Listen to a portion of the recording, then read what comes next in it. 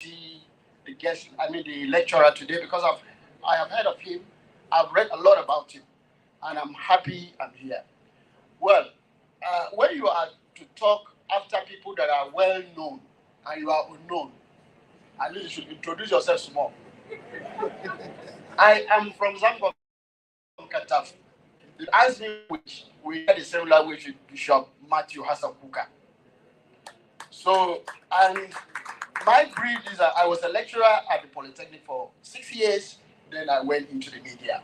So, to start from where I know, I think I will start to talk about the role of the media as expounded by the lecturer, how editors did their job and ensure that nationalism developed and progressed. Now, is it the same thing that we have today? No. Media has been hijacked by people that have only money, those people that own money. They set up newspaper for various reasons. And the reason is for what? Power. If you also look at the leadership, Nigeria was founded, as the guest lecturer said, on socio-cultural basis. It was not on economic basis. And that is after the exit of the colonial powers, what we had was just a people who thought they could advance their interests based on where they are coming from. And that is why you had the north, the Arewa, you had the southwest, and you had the southeast. All these things worked, and they did very well to ensure that this country developed. Well, the the civil war came, we fought the war, at the end of the day, came back as one Nigeria. At the end of the day, we thought that by the time the military left power, finally, in 1999, we thought everything would be well. But I can assure you that what we are experiencing now in this current democracy actually shows that we are far deeper into the woods. Nothing is even growing worse. Because one, if the last 7.5 years has anything to do with it, you will understand that the people we have in power are simply there to grab power for their pecuniary interests. And that is what they are involved in. Because if you look at it, the crude oil exploration, the job is you just discover that half of it is what is being produced, almost half of it is sold. And nothing has gone beyond that. So it is something that is really, really sorrowing. Well, when you come to the contemporary issues about what is happening, because all this historical perspective the professor gave us was to ensure that we build for a new Nigeria. And I think Dr. Hakim Baba Ahmed has done a lot of justice. But we in the Middle Belt Forum, we believe in justice and we believe in equity. We believe that if in the last 7.5 years we've had a northerner and a Muslim that has ruled this country, and we have seen what we have seen, we just believe that it is just fair for power to shift to the south. And when we have power shift to the south, we are not giving, we want a Nigerian, not an Igbo man. Somebody that can say something and he believes in what the greatest Nigeria should be. And I have a very quite different perspective. I'm very, very happy that the Indigo people are not the ones that are advancing the presidency of their son. I can assure you that so many Nigerians seems to believe in what he's doing. And what we must avoid is not to make 2023 as an ethnic or religious matter. Once you do it, you miss out the point. Just like Barack Obama, when he was going for the presidency of America, they told him, don't talk about color. Don't say anything about color. Because once the narrative, once the debate gets to to color about black, you won't get anything. So yesterday, as I was coming in, it was the man who drove me was a Yoruba man, and as a media person, I asked him, "Who are you supporting?" He said, "No, no, no, no, no. We have only one man, but not the man that has ruled Lagos State." So, in as much as this is a scholarly outing, let us have this at the back of our mind that we live in a situation that things are very dangerous. If we don't get this country right in 2023, we are not going to get it right again. And as Chono said, Nigeria is what it is because the leaders are not what they ought to be. So there is need for us to be very, very careful. We will dress softly. I am a child of marginalization. Our area has been marginalized so much, and it is not only in Kaduna or in the Middle Belt. No, others, like Doctor has said, have suffered the same thing.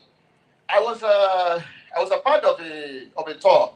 We visited 6 states about this Fulani herdsmen, and I discovered that the things Fulani herdsmen are doing in Zamfara, in Sokoto, is worse.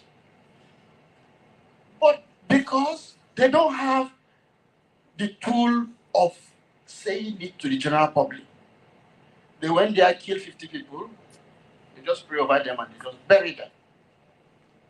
But of course, down in the middle belt, oh, something happened, people scream.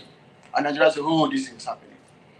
So, to just end, what I want to say is that the Nigeria we live today is a Nigeria that needs to be regained. Our challenge is to wrest power from people who have commercialized democracy. That is the fact of the matter. Our democracy has been commercialized. If you get to the National Assembly in Abuja, or most of the members, I don't say all, you hear of budget padding, you hear of budget this, all what they are doing is to make money for themselves. And a nation that enthrones the worship of money can never be great. Any nation that enthrones the love of money can never be great. How much do you need to live 70 or 80 years? I'm very happy to see the distinguished members on the high table and great men. These people are here and they can work because they did not place premium on money. That is it. Dr. Hakim Babanga here is one of the rare persons you can really talk to, and he will tell you the truth and nothing but the truth. So I believe, let us not stop this lecture here. Let us be the flame. Let us be the one that will carry it to people that have not heard. I am very happy with what is happening. Suffering has made us to change our mindset. So what I have years has gone terribly bad on us. So let us not say that we are all victims. We are all victims, whether you like it or not. And that is why I will tell you the redesignation of the Naira, whether you like it or not. How do you have in a country where 2.8 trillion is outside of the bank vaults? Why? So we run a system that is terrible. So I pray that someday we can evolve a system where we will create a door, where every Nigerian can be able to go through that door without taking into cognizance whether he's Igbo, whether he's Yoruba, or whether he's Hausa. I think that should be the essence. And this essence is very, very crucial because, one, the children that are coming after us don't know nothing about anything. They are all about new social media, Twitter, stuff like that. They don't give a damn about it. So the lecture delivered by Prof, I advise this lecture should be published in newspapers so that it will kind of ask people to remind the people. We had a very wonderful system, but we have changed it. We said during the military, it was a 10% thing. Now in Abuja, they call you and say, we give you this contract, sign, we pay the money to you. No contract, and you are paid free. That is what is happening. And it's terrible. We are just criticize, and when we are given the opportunity, we are worse than the people we are criticizing. So, distinguished members, I thank you.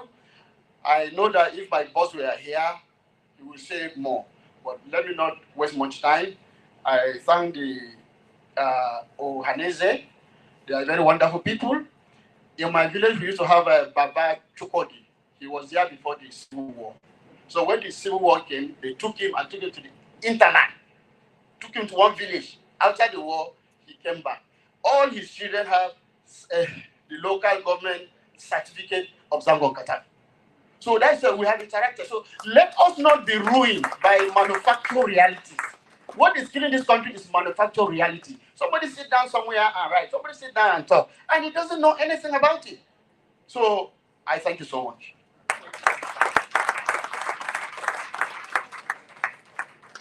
Thank you. In a short while, our father would speak. But before he speaks, I want to make a very short reference to what the lecturer said. You recall that we all stood up for one man in his memory, Chief Mbazrika Mechi, who just died. And what was remarkable about Professor Jide's request was that some 5 years ago when my father died, he just showed up. He wasn't invited. He found out. And he came to my compound. Those of you who read this day, I wrote about it on the back page of this day, where I said that this government our governments keep recognizing people who didn't add value to this country. So he came to my compound and alone, nobody came with him, just his driver. And he put a flag in the middle of the compound. Nigeria's Forgotten Heroes, that was the title. And he began to read a speech in which halfway he began to cry. And I sat there looking at the old man. This was maybe 5 years ago. And what did he talk about? That they were the ones who fought for the independence of this country. That they were the ones who created nationalism in the psyche of our people. Because Nigeria was just a state. You can't be a nation if you're fragmented. But that they were the ones who fought, and that none of them got national honors. My father died, he was 100 years old, and he went to jail 16 times. They flogged the hell out of him because they said he was writing seditious articles against the Queen. Nobody recognized him. And last Friday, I wrote on the back page of this day that this is a thankless country. I didn't mean it that way. But when Professor Jide talked about it, it touched a nerve in me. And I think that we would recognize historians as being the consciousness of this country because they remind us of the past. They would always do that. And we must continue to rely on history to teach us how to go further in our lives. And having said that, I call on our father, whom we want to recognize now that is alive, to speak to us. A great man, Chief Njenje.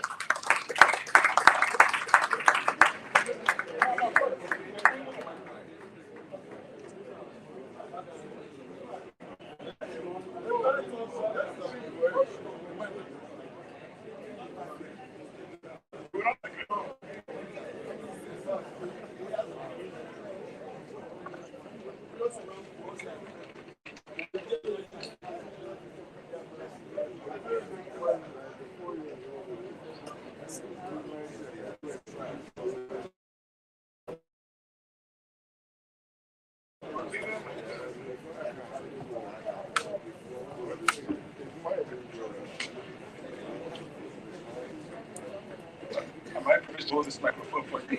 Okay.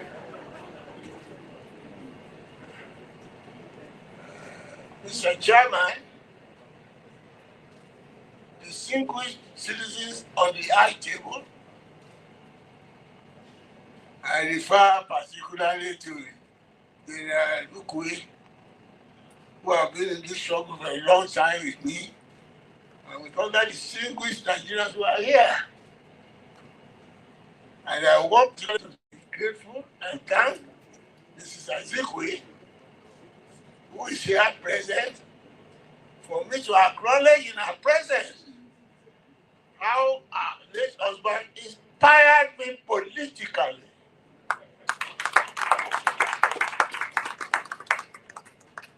And this is not the first time I've said it, but I think I should say it before I go on my trip. It was Dr.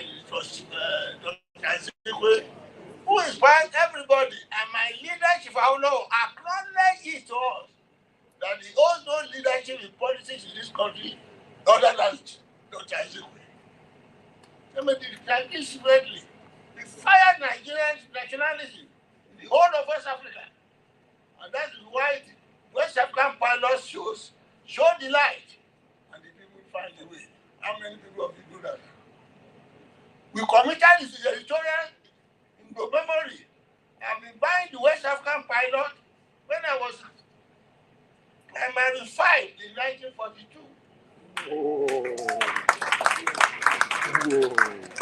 I'm a regular reader of the Inside Store by Zik. I committed it to memory. I buy with my pocket money.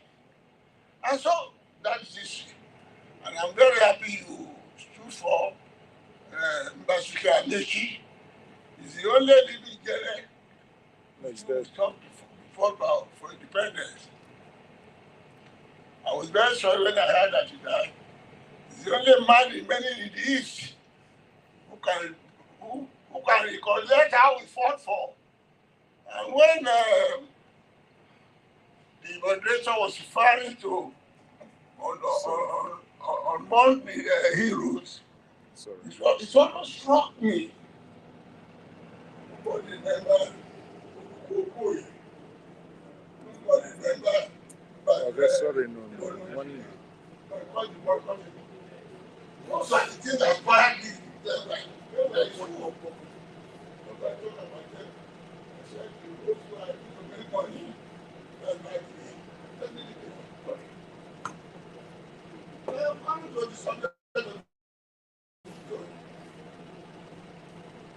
I want to thank the nation.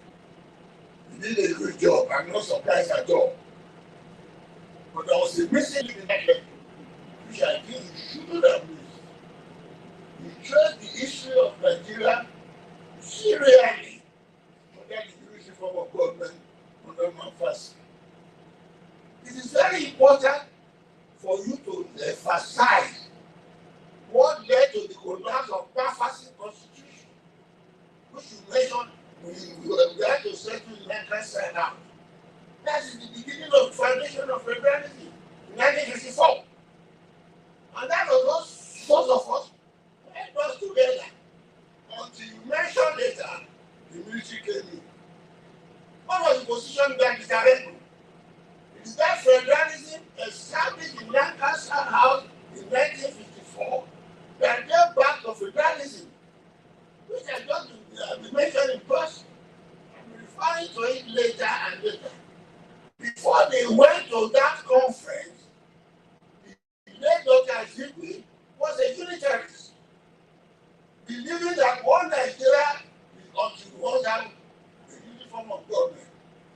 And as I said earlier, I was a follower of Zikwe. Until she came to fit federalism. We can be united but not under a single government. That's why I became a federalist on our own. And to the credit of Dr. Zikwe, I have often referred to you journalists and do research on the return of that constitutional conference in 1954. When they are coming back at the airport in Lagos, Dr. Zikwe on the front page of the Daily Times said, federalism is imperative. Go and do your research. And that was what led to that conference where we resolved all differences among various ethnic groups that was causing friction. How it is not possible under a multinational, multilingual, multicultural religion to be ruled under a unity form of government. And we accepted. And we had this.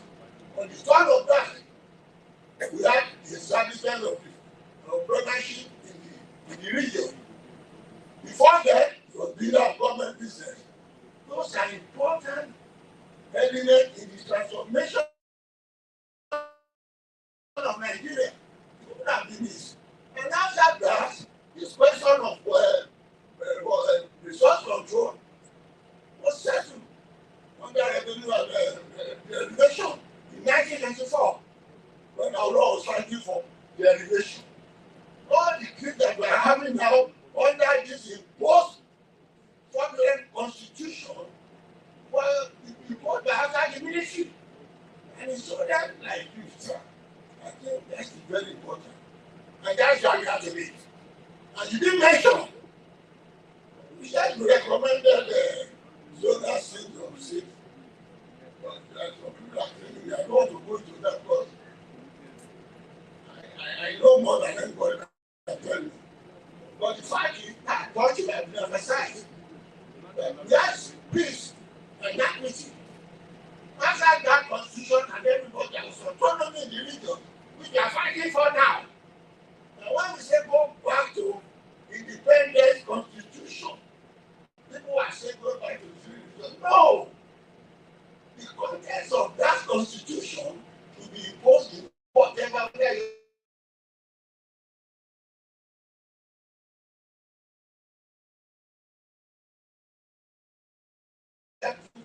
Or three state we develop, every ethnic group we develop at its own space.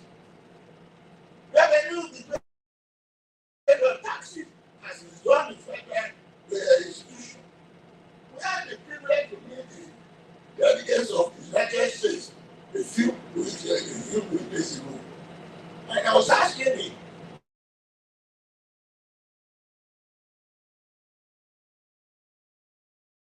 as you have your own place, our so-called federalism here, oh, America, is this federalism?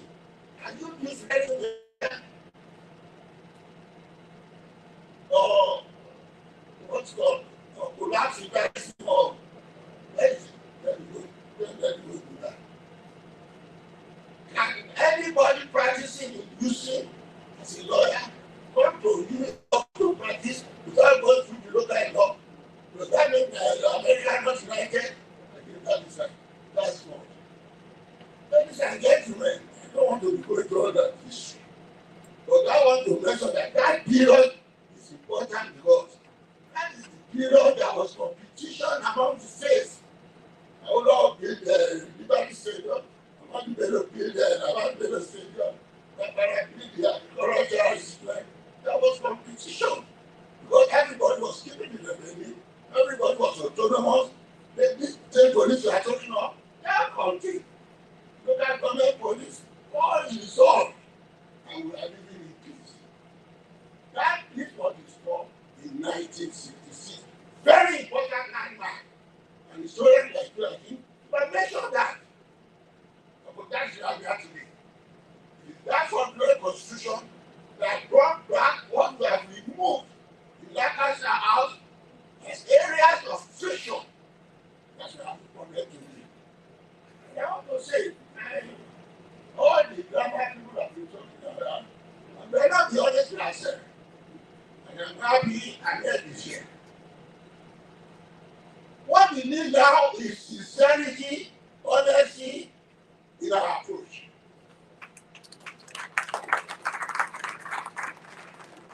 Honesty, sincerity in our approach.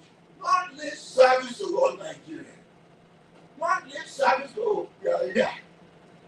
And that is here. And when it came to Christmas, I told him, don't go because I will give it back to you. No, we come here to tell ourselves the truth.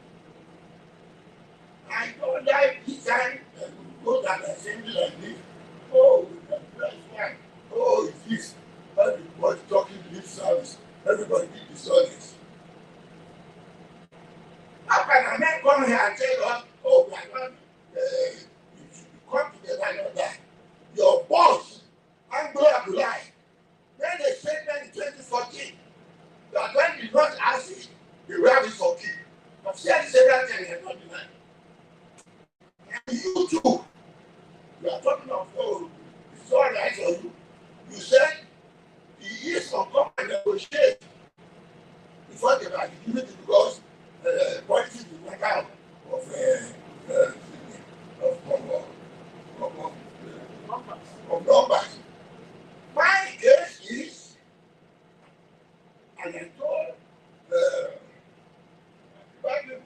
the case for the East, it's not for begging, it's not a favor. It's a right.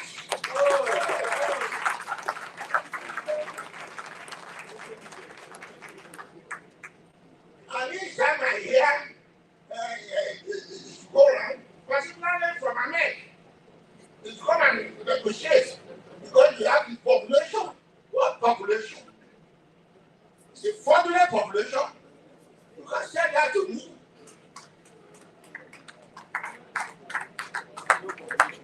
No, there's a lot of things. It's not a clapping matter.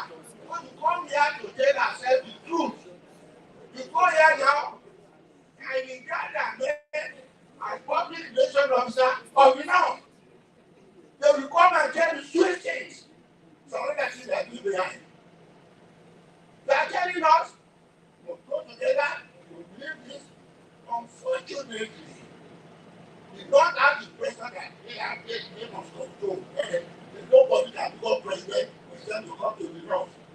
And unfortunately, some Southerners have been brainwashed that they can't do anything except they back to the North. I don't believe that. Someone will tell that must go and go to the North.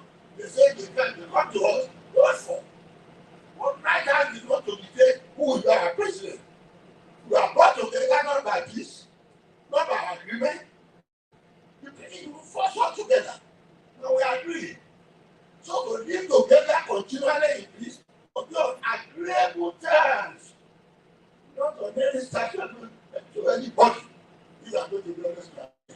So, ladies and gentlemen, all parameters you have given, I agree. If you are honest, if you are sincere, for instance, you talk of the evolution plan. How can anybody assist it? This is saying that he is not going to do this for you. That's what we say, and the other what we say. This is not offensive that I give my stand.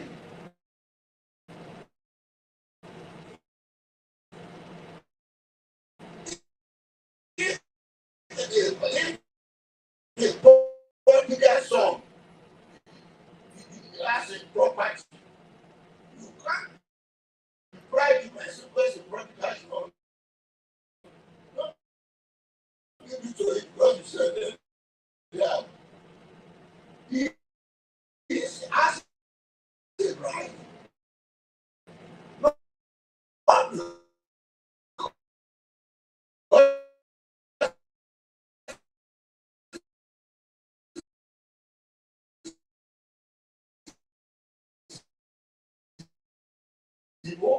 Because you say it's in Nigeria. And if you read the statement of affairs,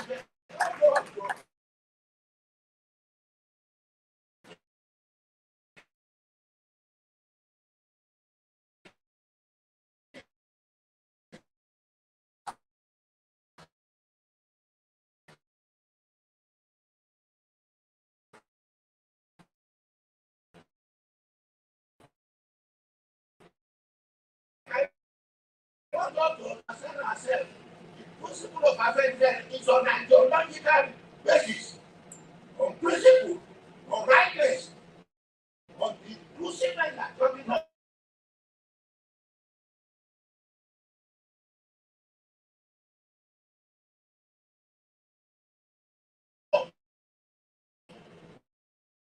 Not on any sentiment because the right way. Why is my question? But if we are going to have an election, God was saying, who made you discuss and know about? You have been from the North. I don't believe that. You can go to the South. See, now the logic you follow, forget one sentiment. All the differences of the disagreement between people to the body right to fight. I put it behind us. If I have to tell you that, many of you don't know as much as I do. But then they will help us. We want to stay together in this country now. We want to stay together in peace. equality, without fairness, without justice, how can that be? Now, the APC that told my countrymen, I would not go to the vote to them. Why did they neglect the vote among them? Who are we supporting them most? If they are fair, if they are sincere, this is not good service to the country. That is the issue. And then, I mean, to tell them, our people there, you know how much we are together. We are okay. The only disagree with me, I don't say I disagree with them, because I don't believe in it. I don't say I don't believe in the new service. I tell them so. They say, I think I'm just difficult. Yes, I am difficult because I refuse to believe what you say by mouth. Where do we go from there? Have you ever had a Ghana? You could have made. When they came to office, when everybody saying you located every security position in the north, particularly in Seattle, he said yes. I will let you to know my trust. So don't vote for them in the south. You are that trust there. And you want me to come and deliver and say, oh, you are not Nigeria, but you want to cheat me. No. And since he gave me, if I said to him, the only achievement of Buhari is to ensure that everything that the man couldn't get directly, you get through the agency. How do you explain? Giving priority to the labor, the children, you know, and take their advantage. And with all what around here, giving priority. At the time when we are saying oil is to go out of reach, the very small money we have, we are exploring to have oil in the North World for, if you believe in ourselves. All this fake thing, I don't buy it. And I don't have to buy it because I say it to say that I have been fighting for one Nigeria when it was a toddler. This is the truth. I've been in this game since 1950. Physically. I just want to tell my fellow Yorubas, you are supporting the people. You are not supporting your. This is not the question of this man. If you want this country to be together, after I made the governor of Lagos State, it should be a pleasure to be for him to be president. But the Yoruba don't believe in dishonesty. That is cheating.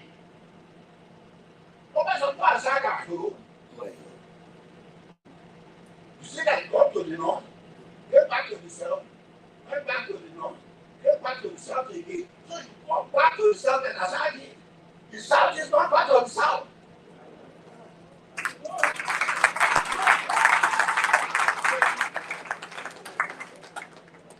I think the organizers of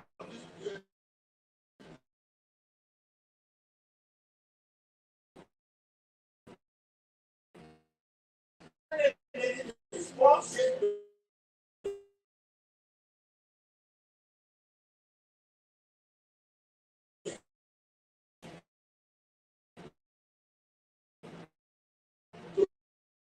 to show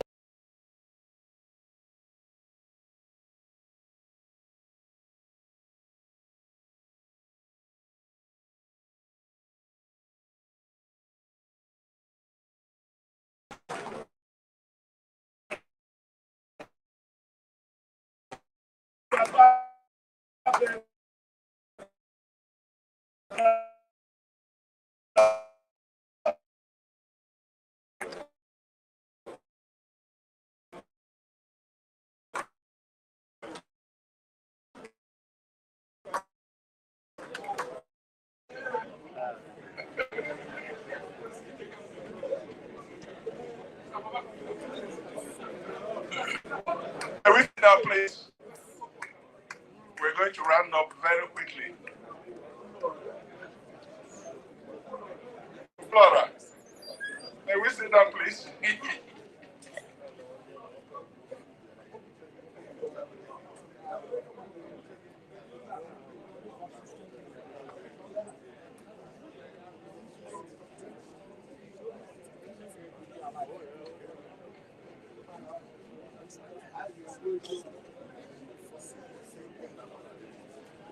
Dogger, if you don't mind, let me take a snapshot of three of you.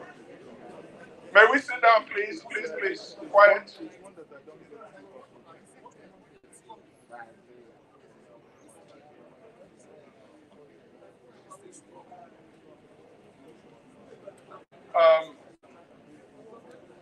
On June. Catch it. Wow. I thought that when Professor Obioza gave me the title of this lecture, I thought he was a bit disingenuous. The title should have been "There Was a Country." And when I suggested, I said, "You are too radical to be working with me." Chief Adebanjo, brutally frank, and we appreciate you. They don't make them like this anymore in this country. The day of darkness would be the day you said something before you leave. It's not leaving this hall before he goes to join my father and his friends. But you will not leave soon, sir. We need your voice, that voice in the wilderness. And I'm happy that our friend here, the most erudite northerner I know, provoked the reaction from you.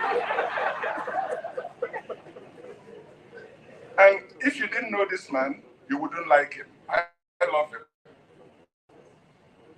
He's a good man. But like George Obioza would always say, politics is a game of concentric confusion. And I like it. He adds that once in a while. So I would make this brief so that we can go. I'm sure a lot of people here would like to speak. And there's nothing wrong with it. We would all speak, but the point of coming up here to take more than 3 minutes to speak would be a bit irresponsible to the bulk of us here. Some of us, like His Excellency Tom Aguiyi-Ironsi, came here before me, before us all. He was seated here, and for that I came and I passed him, not realizing that we would come this early. Thank you, sir.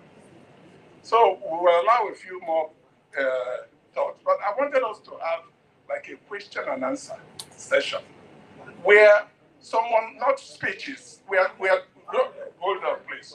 We are done with speeches. Pandef would speak, for sure. But can we have just a few questions, one or two, directed at the lecturer? Because the bulk of what we did here today was to question nationalism. Is this a country of nationalists?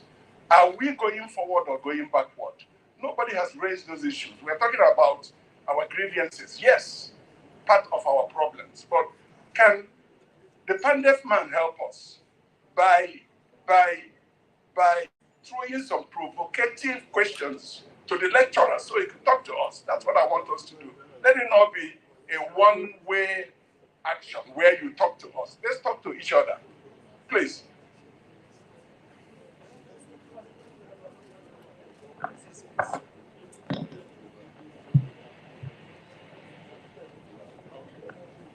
Okay, you can speak. Okay, I'll speak from here. All protocols observed. For us from the Niger Delta, we have heard your sir, Prof. Shitokun. We have heard your speech, your lecture. It was very wonderful. But what I see there that was lacking is what do we do to move forward? I know that history is thinking about the past. It's nice to know what the past is, but the past does not get us anywhere. What do we do to move forward?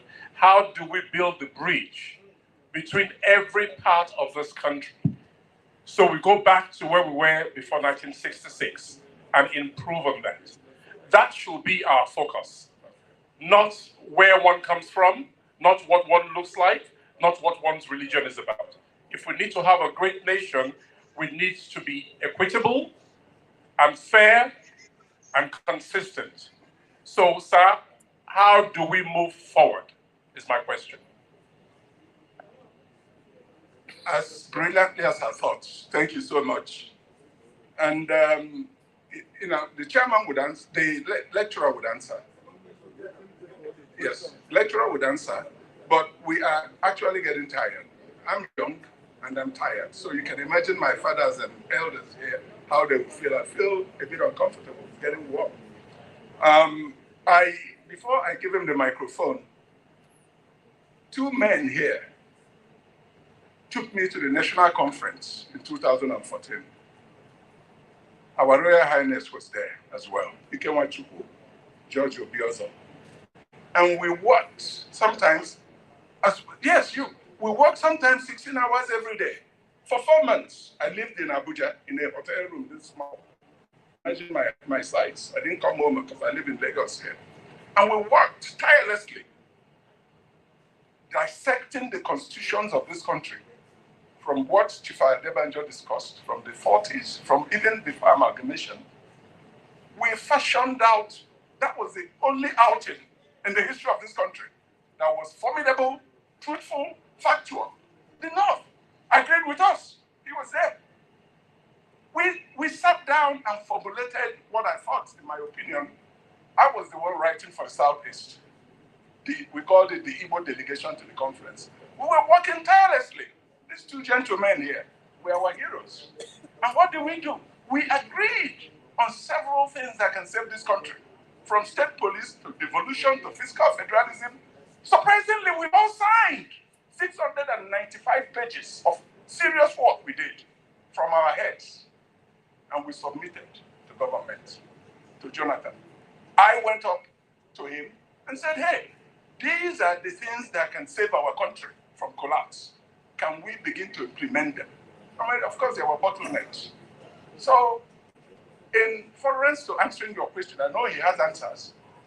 That could have been the window of opportunity we needed to escape from the demise that our country was and may be, according to Dr. Hakim.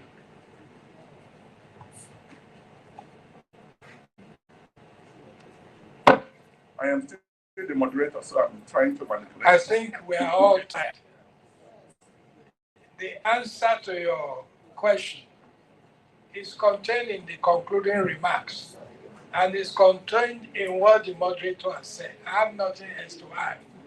The lecture says the genesis of nationalism in Nigeria. It doesn't say the modus vivendi of living together as peoples.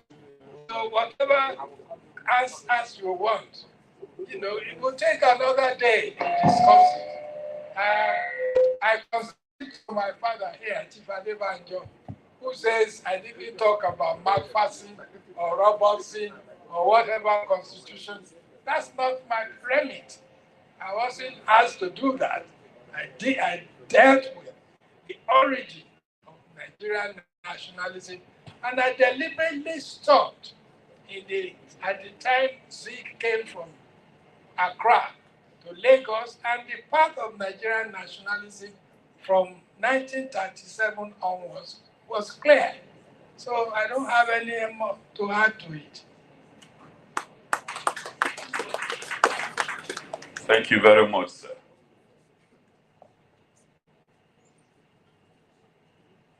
There's a gentleman who's been raising his hand for forever.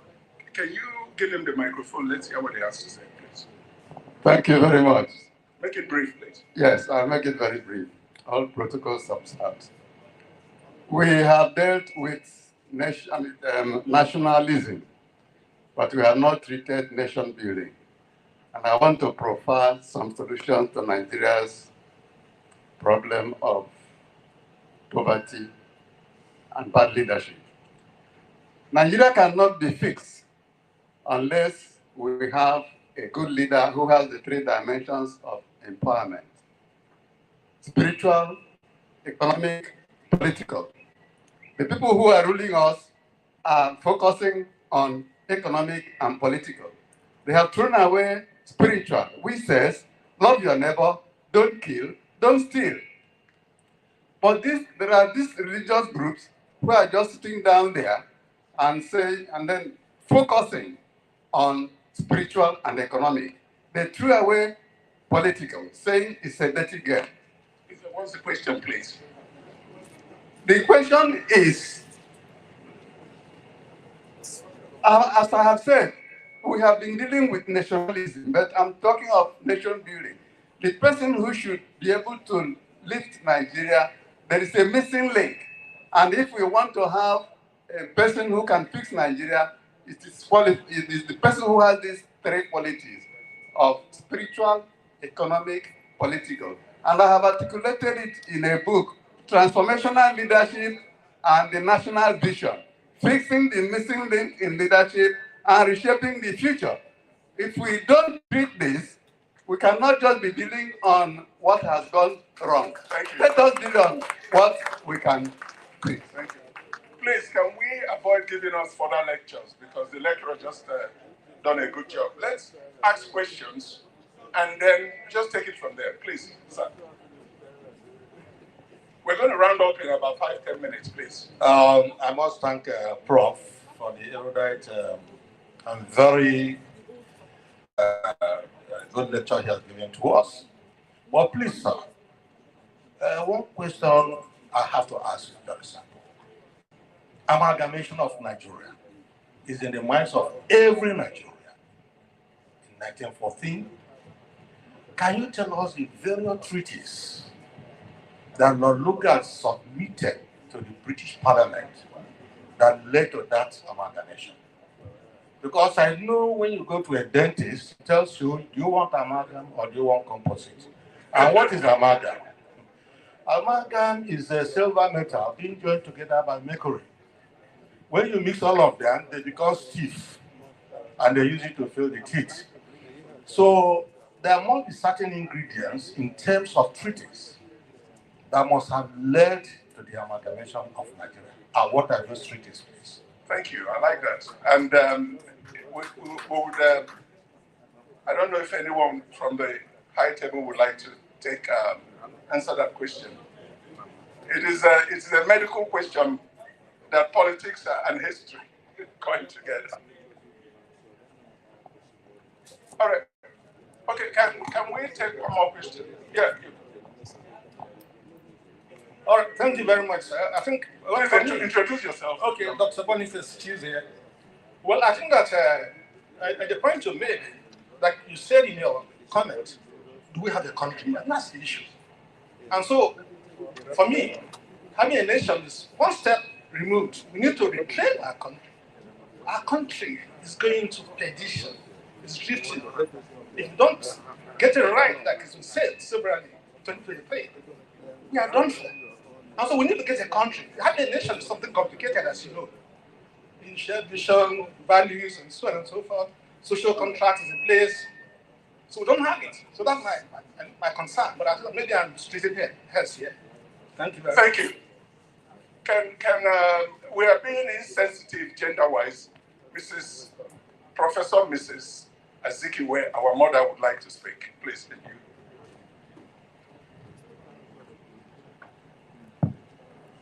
Please permit me to stand on the existing protocol. When I was invited, I didn't know the details of what we are coming here to. So, from what happened today,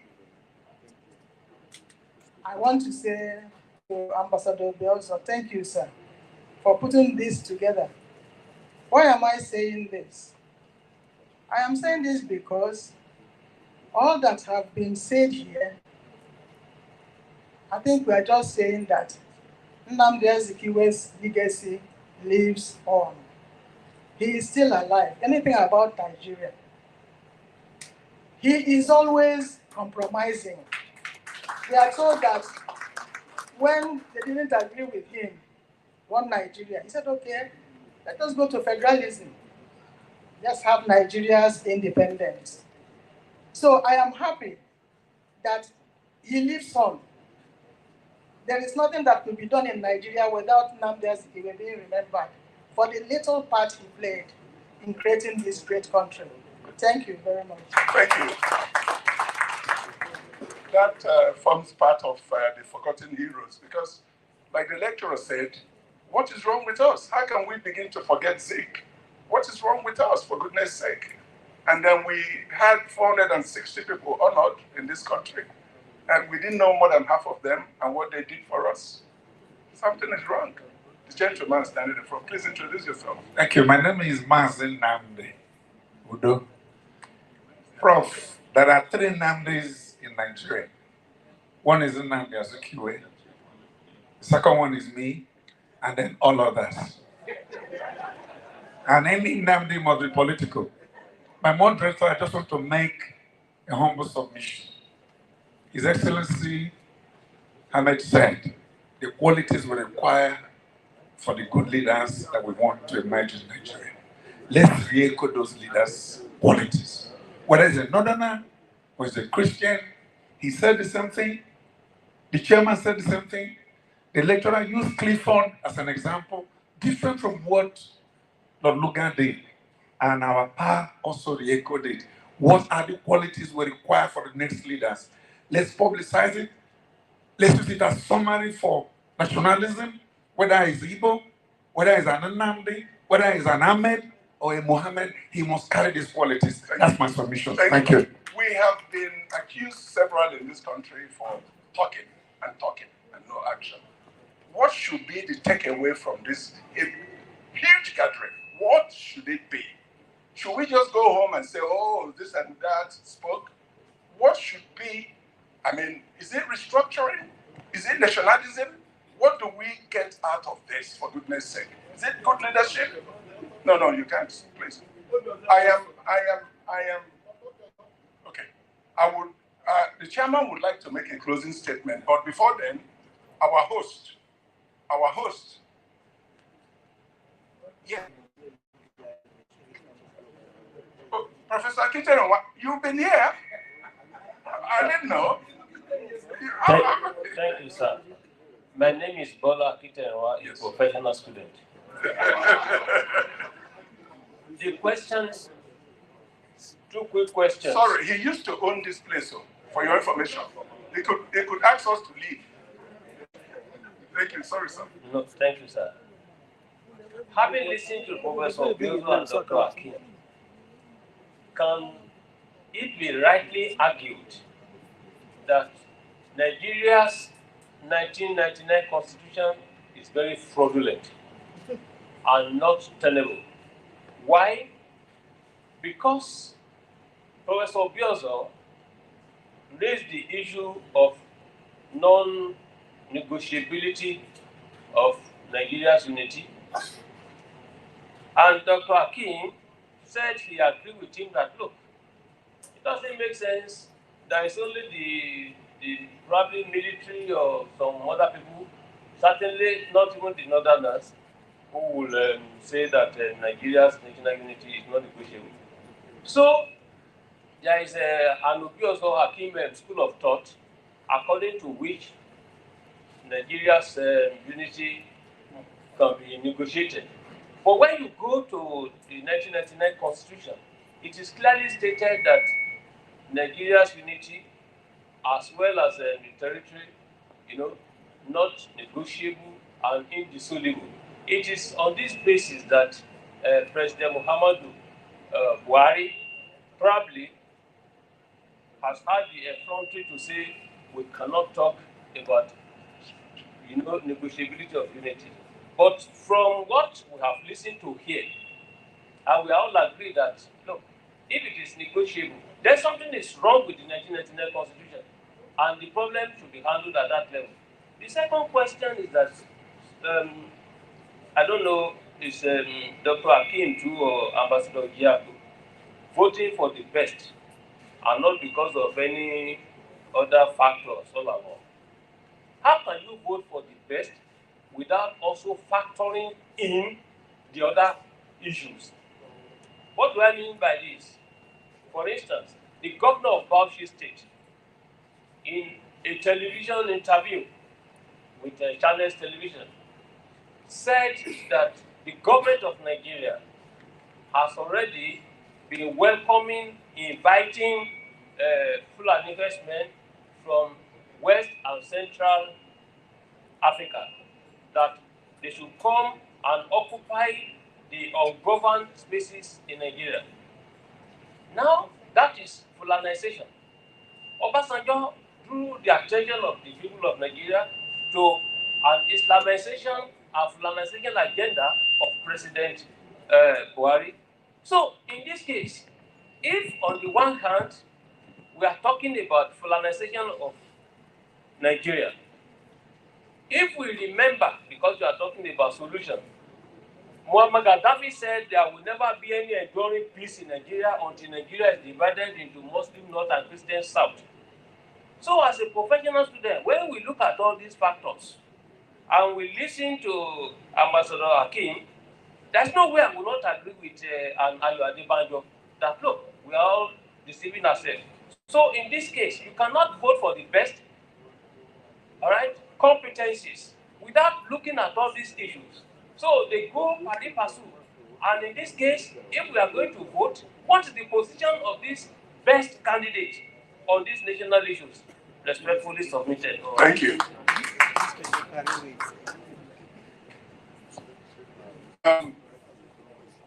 I would invite Okwadike, Dr. Ezife, to maybe give us the last. I'm grateful to everybody who has spoken, especially to my public enemy number one, Ayo Adebanjo. Yes, gentlemen, I think we should go back to our knees to pray God. We've seen his hand already in the field of Nigerian politics. We should pray God to keep his hand there and make sure that his design, God's design for Nigeria is achieved. And that design is for Nigeria as a superpower among nations. We are going to have an election 2023. No interim government. And that election will succeed. Thank you. Thank you, sir. I would invite the chairman to give his short closing remarks so that we can go. What are we going home with? Nobody has provided it. I called you and you called another person. Please, can you give up your Thank you. Distinguished ladies and gentlemen, Excuse me. what we are taking home, particularly, is that a nation that forgets its own history lead to it several times in agony and anguish. Believe me, anybody of our age today in Nigeria knows that history is about to repeat itself in Nigeria. There's a book by Selo. Remember the book? Some of you are going to read that. You go and read that book written about Nigeria and Kubu and the beginning of Civil War. In 1964, the situation looks like that today. You will see, when you deny a people a chance of appointment into high office and deny them capacity to make changes through the legislature, what do you want them to do? The same thing that caused the problem, injustice, caused the Abiola problem. Caused the same problem. Believe it or not, before independence, That is also the same problem.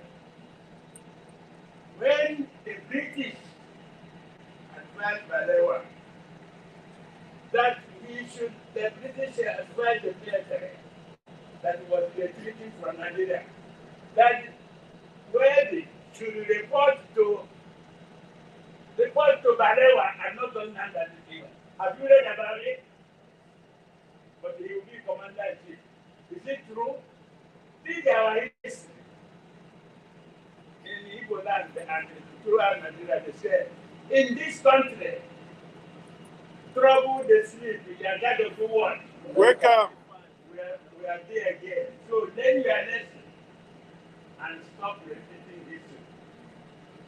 This country cannot move forward with injustice. Injustice is the greatest tragedy of any nation.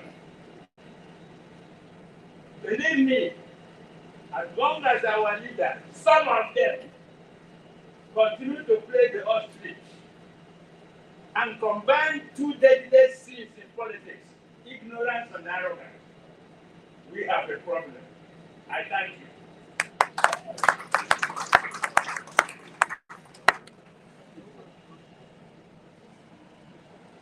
Mr. Chairman. Injustice and arrogance can't beat that. Justice and arrogance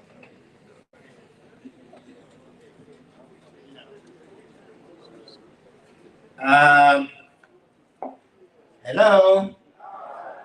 Now, I want everybody's attention here because I'm saying the last. From now, when I finish, we are closing. As the moderator said, there are some of us who are slightly older than we can withstand hunger and tiredness. Now,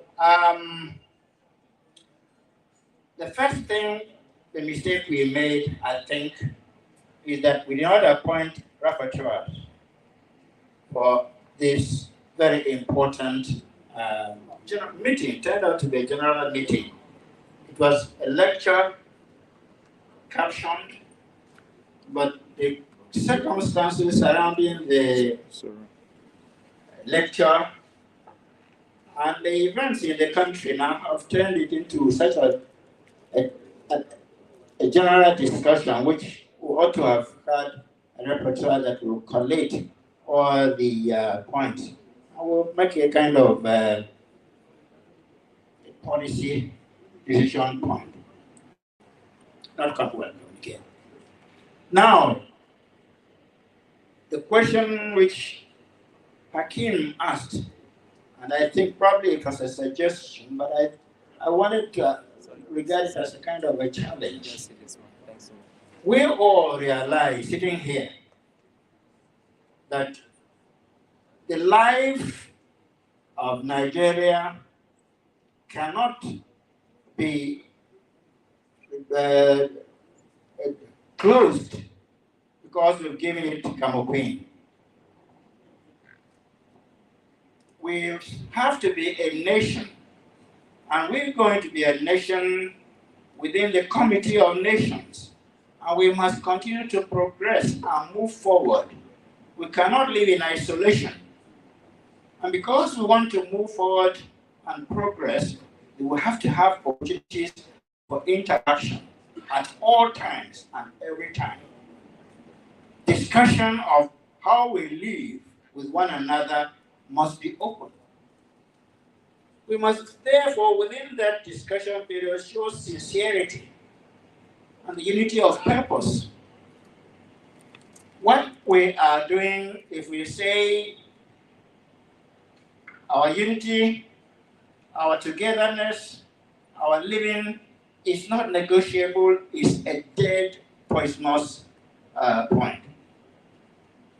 Nothing will make human beings more deadly than stopping to talk to each other. Distrust. And that goes back into the nationalism. We must talk and discuss. know what irks me, what pleases me, what annoys you, and what makes you very, very sad, and we try and we identify that and avoid them. It's not a child's play. And we cannot decree against discussing Nigeria's problem. That must go on. Akin made a point, which I personally think he meant it. Now we've come to a stage where we must come together and think less about the political thinking than the national survival of our nation, Nigeria.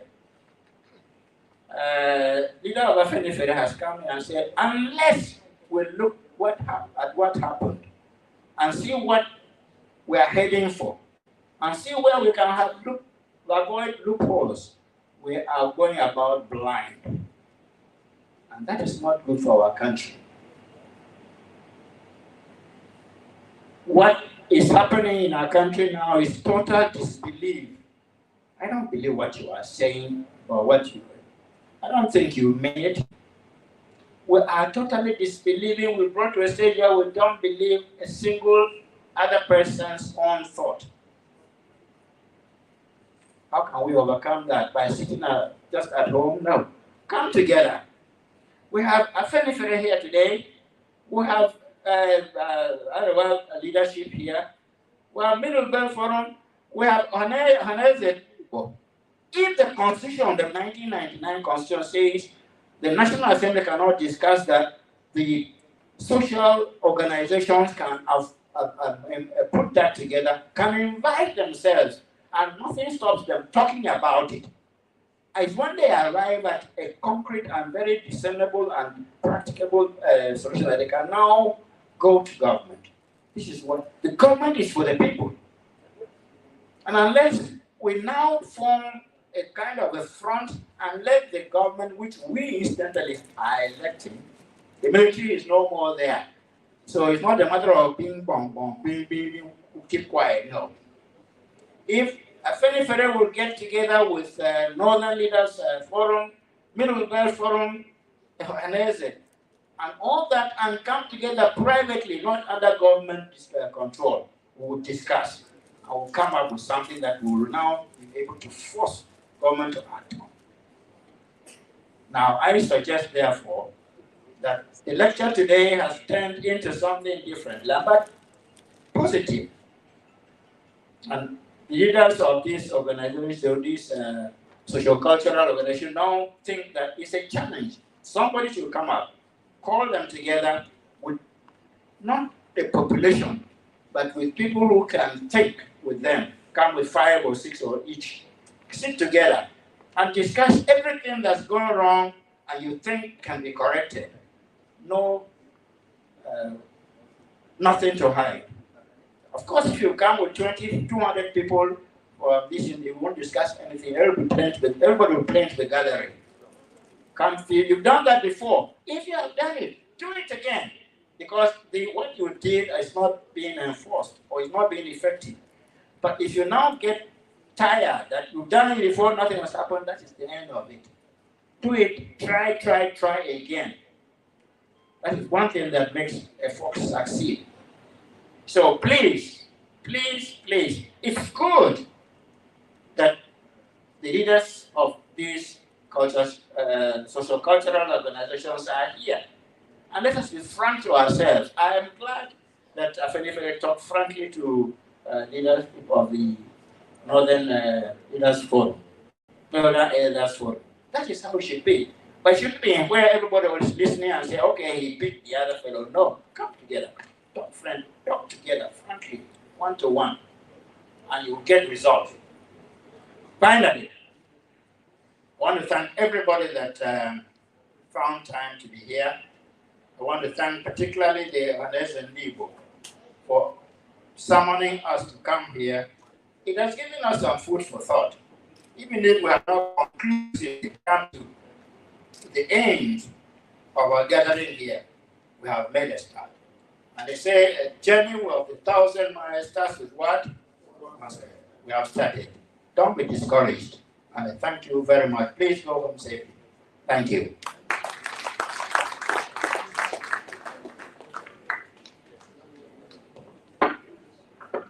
Thank you, Mr. Chairman. Thank you very much.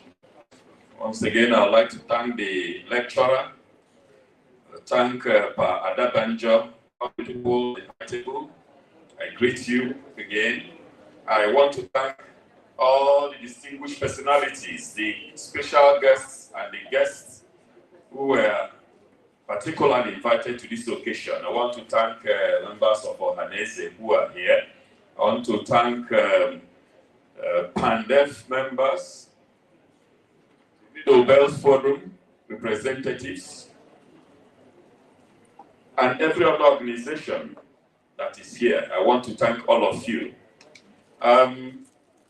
We have refreshments. When we get outside this door, we take rights. We're going to have some refreshment, but that will be after the closing prayer by Dr. Hakim Baba Ahmed, and then the national anthem.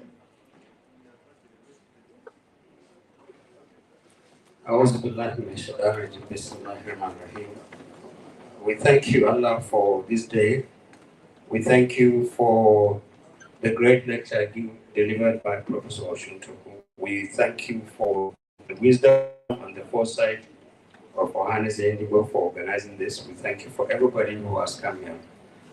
Allah, you know more than we do the state of our country. You know there is so much anger, there is so much frustration, there is so much search for the way out. Help us.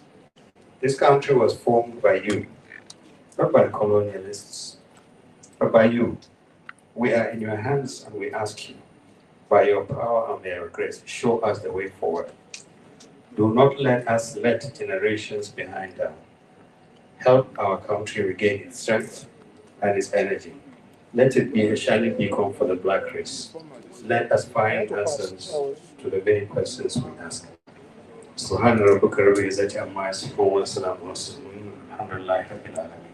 Thank you. Thank you. After the national anthem, there will be a group